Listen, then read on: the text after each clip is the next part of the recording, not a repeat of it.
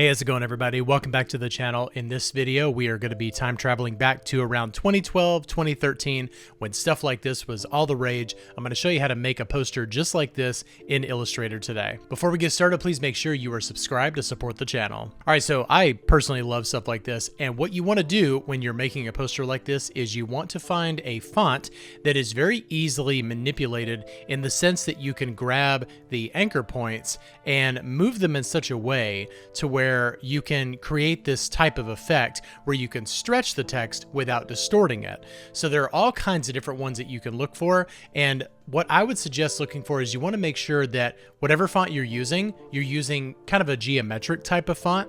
The one that I'm going to be using for this video is going to be Montserrat or Montserrat. I don't even know how you pronounce it. I just never hear anybody say it. I just kind of say it myself and hope I'm saying it right. But it's a Google font, completely free for everybody, so you'll have no problem accessing it. All right, so let's move this off of our artboard right here. The artboard that I have is 18 by 27, so it's very close to our original document. Not exactly the same, but it'll work. And since this house is very excited about the new Harry Potter series, let's make a Harry Potter poster. All right, so this is going to say Hogwarts. Let's change this to the actual font that I said that I was going to use, which is Montserrat. And I'll do like an extra bold for that. Now you might notice that the font that I'm using is a little bit on the wider side than it is actually tall. That's really just personal preference, but if you want to match closer to something like this, then I would suggest using Oswald or something similar. All right, so I'm going to go ahead and grab our Hogwarts text, make sure that our kerning is set to optical. For the most part, that's going to take care of probably 80% of your kerning, and then from that point you can kind of adjust for there. But we're not going to worry too much about kerning in the character panel today because we're going to be manipulating the individual letters, and we'll be using the direct select tool for that. So if you take a look at this poster, we've got the text that's going right up against this edge right here, and that it's going all the way up to this edge right here. We're just going to assume that it's going from edge to edge completely. So in order to achieve something like this in Illustrator, this is what we need to do. Let's go ahead and select our type. And the first thing I'm going to do actually is to hold down Option or Alt on Windows. We're going to click and drag this over here just to make a copy of this, because we're going to use that as a resource to create more text here in just a minute. So I'm going to grab this one right here, and the first thing we need to do to manipulate this text is we need to convert it to outlines. And then we're going to rotate it like this. Okay, so let's go over here and we're going to bring this, I'm going to mimic this as close as I can, but we don't have to make it exactly the same. So what we're going to do is go to our Align panel, make sure that your Align panel is showing by going to Window, making sure that Align is checked. And what we're going to do is we're going to align to the artboard. So that is going to take whatever we are selecting and align it to the actual artboard itself, rather than to a selection or a key object.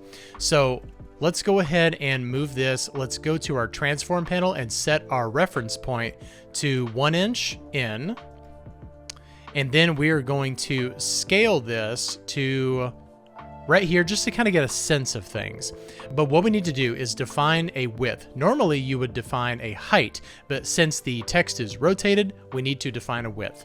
So our width right here is a little bit over 3 inches. So let's bring this down to about we can say 2 inches, but that might be a little bit more on the smaller side. So let's do 2 1/4 inches. So what we need to do here is, with all of this selected, we're going to ungroup all of our text. And now with our selection tool, we're just going to move this S right up here. And then we need to look at the letters that we can actually expand outward while maintaining its overall shape and still obvious as to what that letter is. So the one that stands out to me is going to be that R right there. You could do it with the T as well, but what I'd like to do is match this as closely as we possibly can to the original concept, but I am going to do the same thing with the H. So what we're going to do is I'm going to zoom in right here, and it's easiest to go ahead and make a selection around this, and then we're going to hit the letter A. So what that's going to do, and what I'll do is I'll switch over to outline view so you can see this easier. This is going to show you all of your anchor points that's on that individual letter. So what we need to do is we need to make a selection around the anchor points that's going to allow us to move them without distorting the type. So with our direct select tool selected, that's A on your keyboard, we are going to drag over all of these anchor points, and that includes everything up to this point right here. This is going to allow us to move everything without distorting the shape of the R. So there you go. We've got a nice extra long R right there. Although we're not going to leave it like this because we also need to adjust the H as well. So what we're going to do is move that to about right there. And then we'll move this over here. Move everything that's on that side of the H right over here. And then just do the same thing here. Grab everything that is going to allow you to resize or reshape without distorting. So there's our first line of type. And now what we're going to do is I'm going to hold down Option or Alt and click and drag this over here. And now we'll just change this word to school. And we're just kind of repeating that same process. So we're going to rotate this. I'm going to create outlines. And remember earlier we defined a width, and our width is 2 1/4. So we are going to align it to the artboard there. And now if you want to do some precision spacing, then this is how you can do that. So we're going to select the word school and select pretty much any of these letters right here. And then you're going to click again on that letter that you selected. And this is now our key object. So go over here to your align panel and you can set the spacing from the key object. So what it's going to do is if you click on horizontal distribute space, it's going to put exactly 1/4 inch in between those two elements. But we can increase it if we want to. So I'm going to say maybe 3/4 inch. And I'm happy with that spacing. So what we're going to do now is select the word school. We're going to ungroup everything. And the letters that are going to allow us to resize without distortion are going to be that L right there. The O's are not going to let us in this particular font. Other fonts might let you do that. The C is not going to, so the only option that we have left is the H. So let's go ahead and do that. And this is already looking pretty cool. And in our original poster, it says Prague School of Design, so we can do something very similar here. However, it does look like they distorted the O in the original poster, and we're gonna do the exact same thing, so it might look a little bit wonky. So again, we're gonna duplicate this over here, and let's type the word of. It's a very small word, but we've got to make it stretch all the way across the poster, so this is going to be interesting. All right, so we're going to create outlines there, and let's select our key object again, do our spacing of 3/4 inch, and now let's bring this all the way to here, align that to the artboard, and let's ungroup, and I'm going to go ahead and set our F at the center point of our artboard. And we'll just kind of nudge it up just a little bit to give some extra spacing. So we've got a couple of options here when it comes to reshaping the O, but neither one of them look good. So we're probably going to do something else. But before we do that, I am going to show you what it looks like for these two options. So option 1 is to grab the entire O and reshape the entire thing across the whole shape. And then the other option is to select all of the anchor points on one side of the O and then bring it over here. Neither one of those are very good options. Between the two, this is clearly the better option, but this is not the style that we're going for. So what I'm going to do in this case is I'm going to create a rectangle. We're going to go all the way down here, and we're going to make it the same width as that F right there. And then I'm going to swap the fill and the stroke, and we're going to bring this up to, I'm just going to kind of estimate this. We're going to go over to our stroke, bring it to the inside, and then we're going to select the entire shape and hit A on our keyboard, and that's going to allow us to drag our anchor points down to about right there. So it doesn't match the O of our font, but it's much better than the other two options that we explored earlier. And now we'll grab the anchor points of the F right here and go all the way to the edge, and what the heck, we might as well bring both of them to the very edge of the artboard. Okay, and then here we want to bring this just a little bit closer to the F. All right, now we're going to duplicate this. So we're going to say witchcraft. And what I'm going to do here is go ahead and put that ampersand at the end, so that way we can put wizardry on the very last line. So let's create our outlines, define our width. And we don't really have a lot of space to work with here when it comes to reshaping these letters. So I'm going to go ahead and ungroup everything. Let's move our ampersand all the way over. And since we've stretched the F in that word, let's go ahead and not stretch the F here. And we will stretch only the H right here. And now we'll go ahead and do the word wizardry. Hopefully I am spelling that correctly. I definitely should know in this house. Okay, so now we're gonna bring this down here and set our defined width. And now we have plenty of room to reshape probably 2 of these letters. So we can't reshape Y because that will distort the Y. So let's bring that all the way up to the edge there.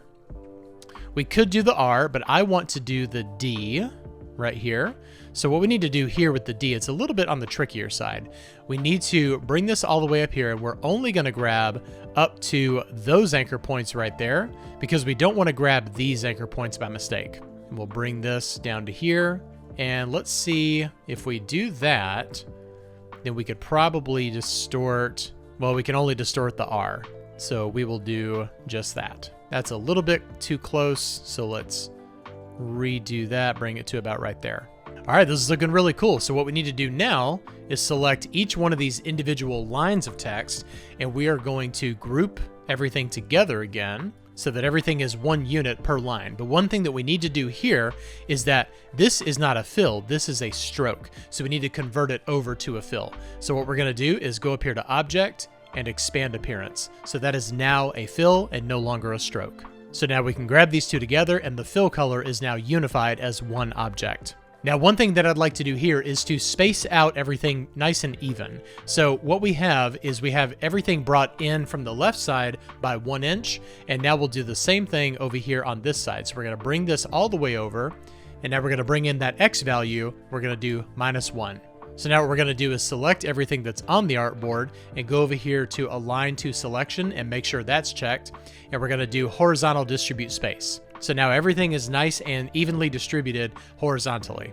And we don't have a lot of negative space to add in text here, so we are just going to fill it in where we can. So ChatGPT says that Hogwarts was founded between 990 and 992 AD, so we are going to say 991. And as we all know, ChatGPT is the most trusted source on the internet. All right, so let's put this right in here, and we will just kind of place these different pieces of type and maybe some other artwork here. And then the very last thing we'll do is color everything.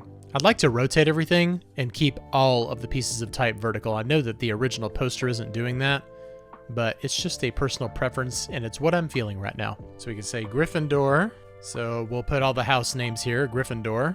Is it completely nerdy that I know how to spell it right off the top of my head without looking?